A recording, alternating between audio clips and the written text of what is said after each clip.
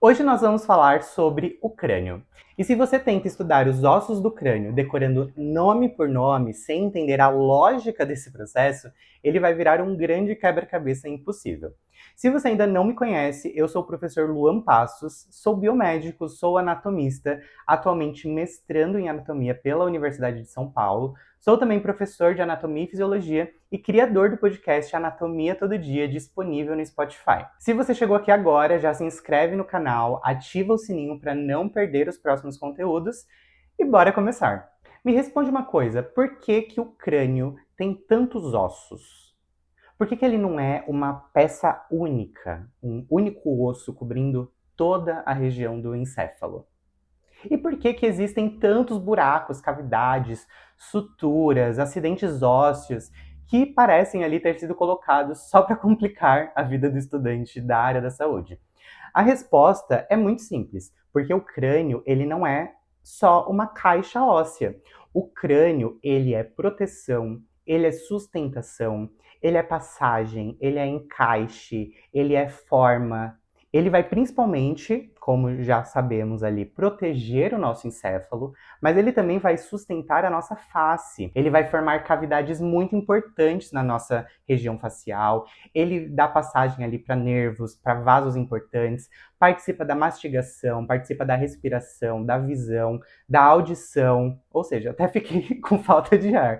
Ele vai servir ali como ponto de fixação para vários músculos que a gente tem na nossa face. Então, antes de decorar os ossos, você precisa entender uma coisa muito importante. O crânio, ele é uma arquitetura funcional.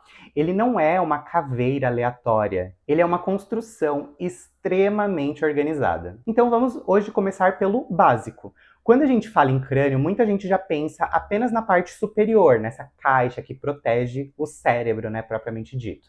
Mas anatomicamente, o crânio, ele envolve duas grandes regiões: o neurocrânio, que é justamente essa parte, e o viscerocrânio, que são todas as outras partes aqui da nossa cabeça. O neurocrânio, ele é a parte relacionada principalmente à proteção do encéfalo. É como se ele fosse um capacete biológico ali do nosso sistema nervoso central. Já o viscerocrânio é essa parte relacionada principalmente à nossa face. Ele forma aqui a nossa região do nariz, dos olhos, da nossa boca, a própria mandíbula, maxila. Ele acaba dando suporte nessas estruturas ligadas à respiração, à alimentação, à própria comunicação, à expressão facial. Então, guarda essa lógica. Neurocrânio, ele vai proteger o encéfalo, neuro.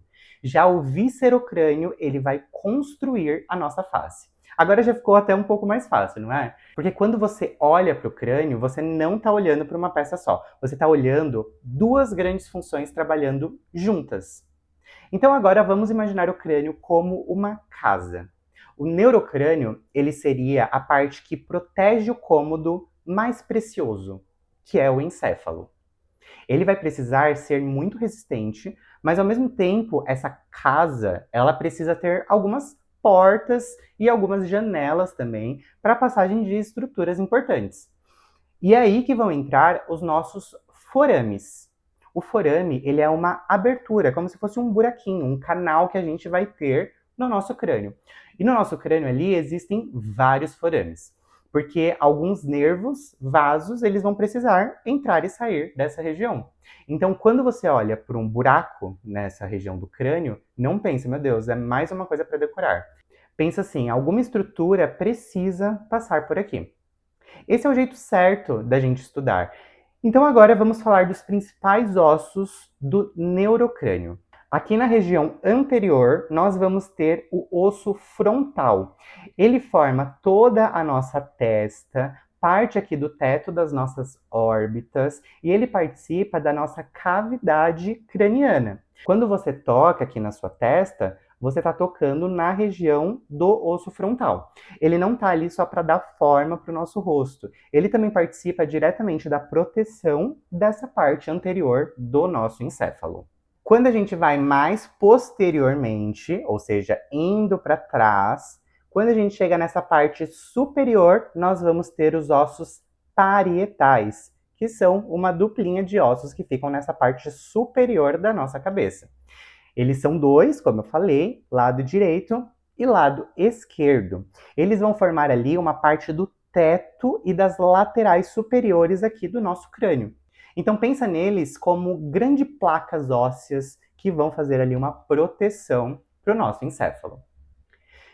Lateralmente, nós vamos ter os ossos temporais. Essa região já é bem conhecida, né? As regiões de têmporas, então é só associar com esse nome.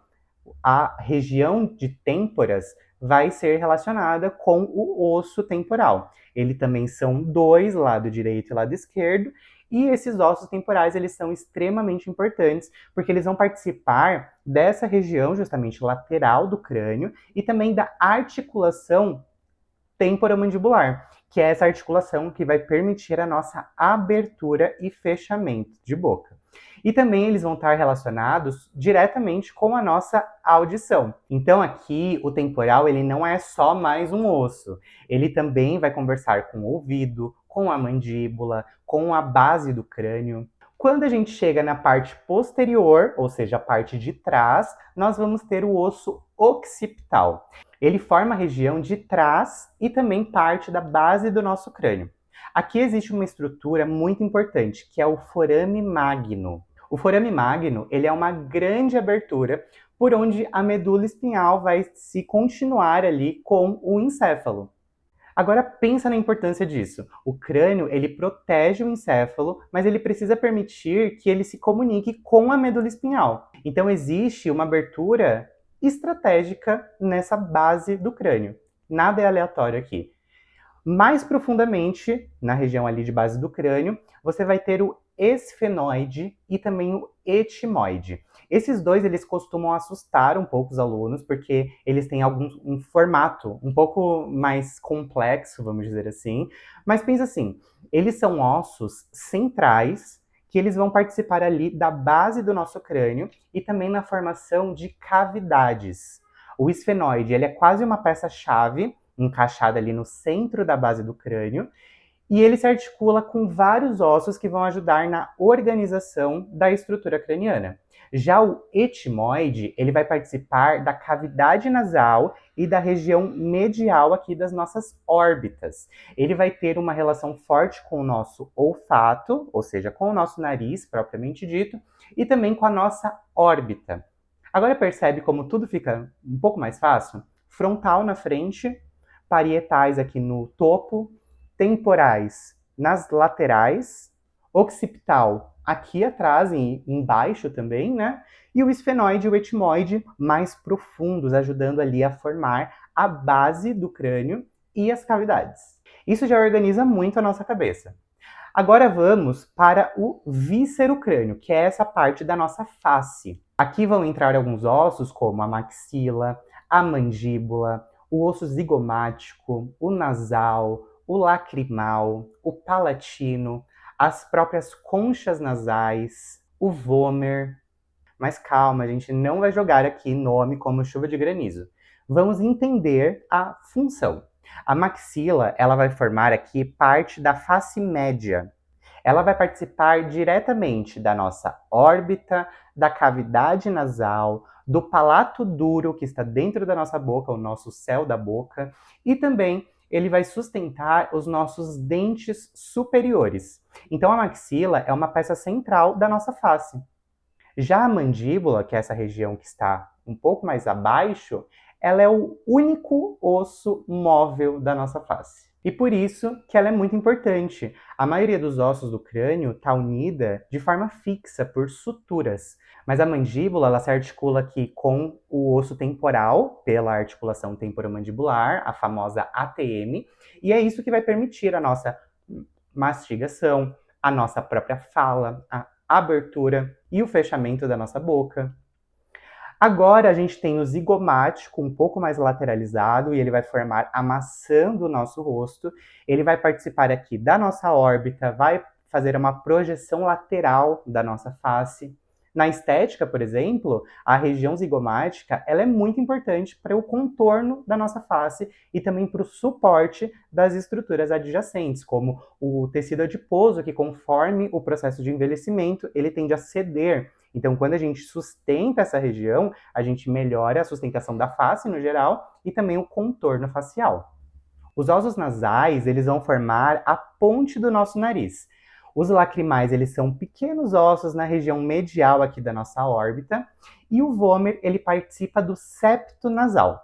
As conchas nasais inferiores, elas ficam dentro da cavidade nasal, elas vão ajudar ali no fluxo de ar, e os palatinos, eles participam da região posterior do nosso palato duro e também da nossa cavidade nasal. Agora, olha que interessante. A face, ela não é feita só para ter uma aparência.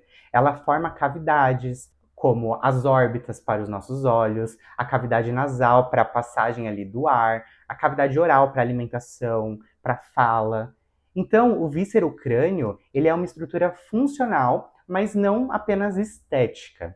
Agora vamos falar de suturas. As suturas, elas são articulações fibrosas que ficam ali entre os ossos do crânio. Elas unem os ossos de forma firme, com pouca ou nenhuma mobilidade. E isso faz até sentido, porque o crânio ele precisa proteger. E as principais suturas que o aluno precisa reconhecer são a sutura coronal, a sutura sagital, a sutura lambdoide e a escamosa. A sutura coronal, ela fica entre o frontal e os parietais. Então, ela vai formar uma linha nessa região superior. Já a sutura sagital, ela vai ficar entre os dois parietais, ou seja, nessa região de cima da nossa cabeça, no topo da cabeça. A lambdoide, ela fica entre os parietais e o occipital. Já a escamosa, ela vai ficar lateralmente relacionada ao nosso temporal e ao parietal. Então, ela vai ficar nessa região. Agora, de novo, não decora como uma lista solta. Vamos visualizar. O osso frontal encontra o osso parietal. Aqui a gente forma a sutura coronal.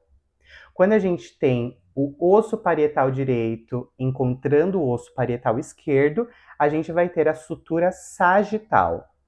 Quando a gente tem o osso parietal encontrando o occipital, nós temos a sutura lambdoide. Quando a gente tem o osso temporal encontrando o osso parietal, nós temos a sutura escamosa. Quando você visualiza essa sutura, ela deixa de ser uma palavra solta e vai virar como um mapa. E agora a gente vai falar sobre as cavidades. O crânio, ele forma cavidades muito importantes. A cavidade craniana, ela abriga, por exemplo, o nosso encéfalo. As órbitas, elas vão abrigar os nossos olhos. A cavidade nasal, ela participa da nossa respiração e também do nosso olfato. A cavidade oral, ela participa diretamente da nossa alimentação, da nossa mastigação, da nossa fala, do início da digestão. E aqui entra outro ponto. O crânio, ele é cheio de entradas, saídas, alguns espaços também, justamente porque ele precisa integrar vários sistemas. O sistema nervoso, por exemplo, o sistema respiratório, o sistema digestório, o sistema sensorial, o sistema muscular, tudo passa pelo crânio de alguma forma. Agora vamos fazer uma visualização mental? Imagina o crânio na sua frente. Primeiro você vai olhar para a parte de cima, ver a caixa craniana, que vai ali estar protegendo o encéfalo. Depois você vai olhar para frente e ver as órbitas. Vai ver a região do nariz, a região da boca. Agora olha para a base. Percebe várias aberturas para nervos, para vasos importantes. Agora olha para a lateral. Imagina e vê a região do temporal, por onde a mandíbula ali vai se articular. Então aqui a gente tem área de proteção, área de passagem, área de suporte, área de movimento, área sensorial. Esse é o crânio. Agora um erro muito comum, o erro mais comum na verdade, é tentar estudar o crânio só como uma lista de ossos. Frontal, parietal, temporal, occipital. Repetir isso pode até deixar gravado ali para a hora da prova, mas você não vai absorver esse conteúdo. Isso pode até te ajudar em algum momento, mas não é o começo ideal. O começo ideal é a gente entender a função e a localização. Então, primeiro você entende, isso protege ou isso forma a face? Isso vai dar passagem, isso vai formar uma cavidade, isso vai se articular com algum outro osso. Depois você coloca o nome. Nome sem lógica, nesse processo, ele vai desaparecer. Nome com lógica, ele gruda na cabeça. Então agora na prática, por que entender o crânio importa tanto? Na anatomia básica, ele é referência para a cabeça e para o pescoço. Na clínica, ele já vai ser mais associado a traumas, a fraturas, a alterações respiratórias, na própria odontologia, na neurologia, na parte estética, ele acaba influenciando.